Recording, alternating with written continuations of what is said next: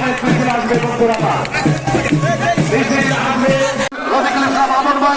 আমাদের মাঝে এসে বসে রয়েছেন জাতীয় বিএনপির সাবেক সভাপতি পরিণত হবে আজকের কর্মশালা কর্মী সভা। একটি ঢাকা মহানগর বিএনপিকে একটি নতুন শুভেচ্ছা জানাচ্ছি প্রিয় বন্ধুরা। আমাদের মাঝে বসে আছেন হাসেম শেখ, জামিয়া গাজী, আবুল খায়ের সরকার।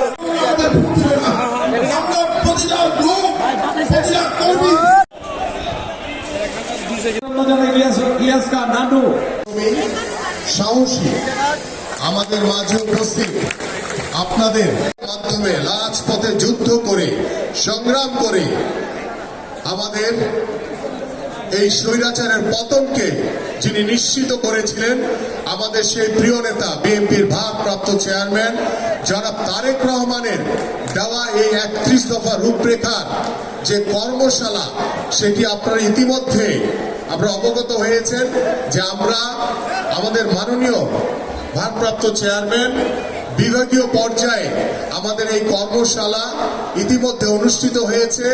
আমাদের জেলা পর্যায়ের কর্মশালা চলমান রয়েছে এবং ঢাকা মহানগর উত্তরের ইতিমধ্যে আমরা 8টি থানায় আমাদের এই কর্মশালা আপনাদের সামনে উপস্থাপন করেছি। আজকে আমরা তেজগাঁ থানার এই যে কর্মশালা যে রূপরেখা এখানে 31 দফা দেওয়া হয়েছে, সেই 31 দফার বিস্তারিতভাবে আমি আপনাদের সকলের সামনে উপস্থাপন করব।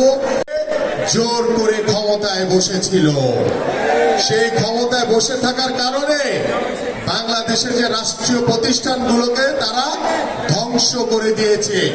তাদের যে রাষ্ট্রীয় প্রতিষ্ঠানগুলোর যে মেরুদণ্ড সেগুলো ভেঙে দিয়েছে।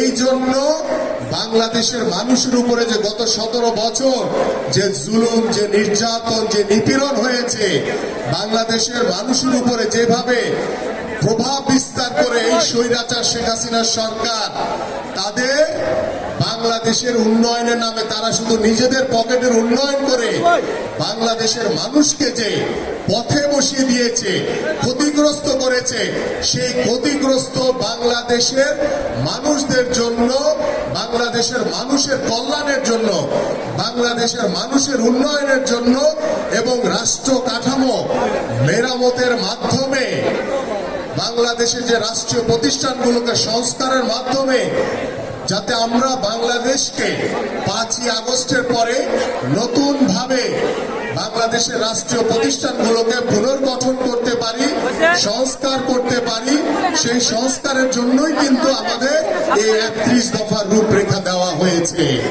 বাংলাদেশের মানুষের উপরে গত 17 বছর কিভাবে জুলুম, নির্যাতন, নিপীড়ন চালিয়েছে, বাংলাদেশ জাতীয়তাবাদী দলের প্রত্যেকটি নেতা কর্মীদের উপরে কিভাবে জুলুম করেছে, নির্যাতন করেছে, নিপীড়ন করেছে।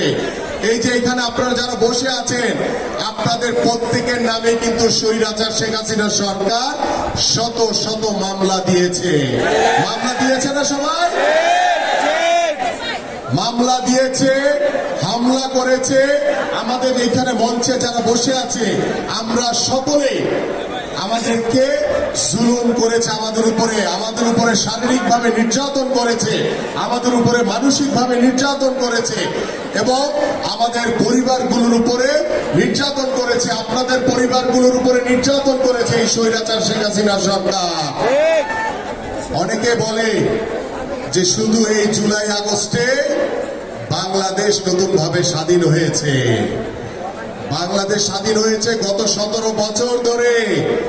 বাংলাদেশ জাতীয়তাবাদী দল বিএনপি এই স্বৈরাচার পতনের জন্য বিএনপির ভারপ্রাপ্ত চেয়ারম্যান জনাব তারেক রহমানের নেতৃত্বে যেভাবে রাজপথে নেমে আন্দোলন করেছে, সংগ্রাম করেছে, জুলুম নির্যাতনের শিকার হয়েছে, আমাদের বহু ভাইদেরকে গুম করা হয়েছে, আমাদের বহু নেতা কর্মীদেরকে হত্যা করা হয়েছে, আমাদের বহু নেতা কর্মীরা এখনো বন্ধুত্ব বরণ করে অসহায় জীবন যাপন করছেন।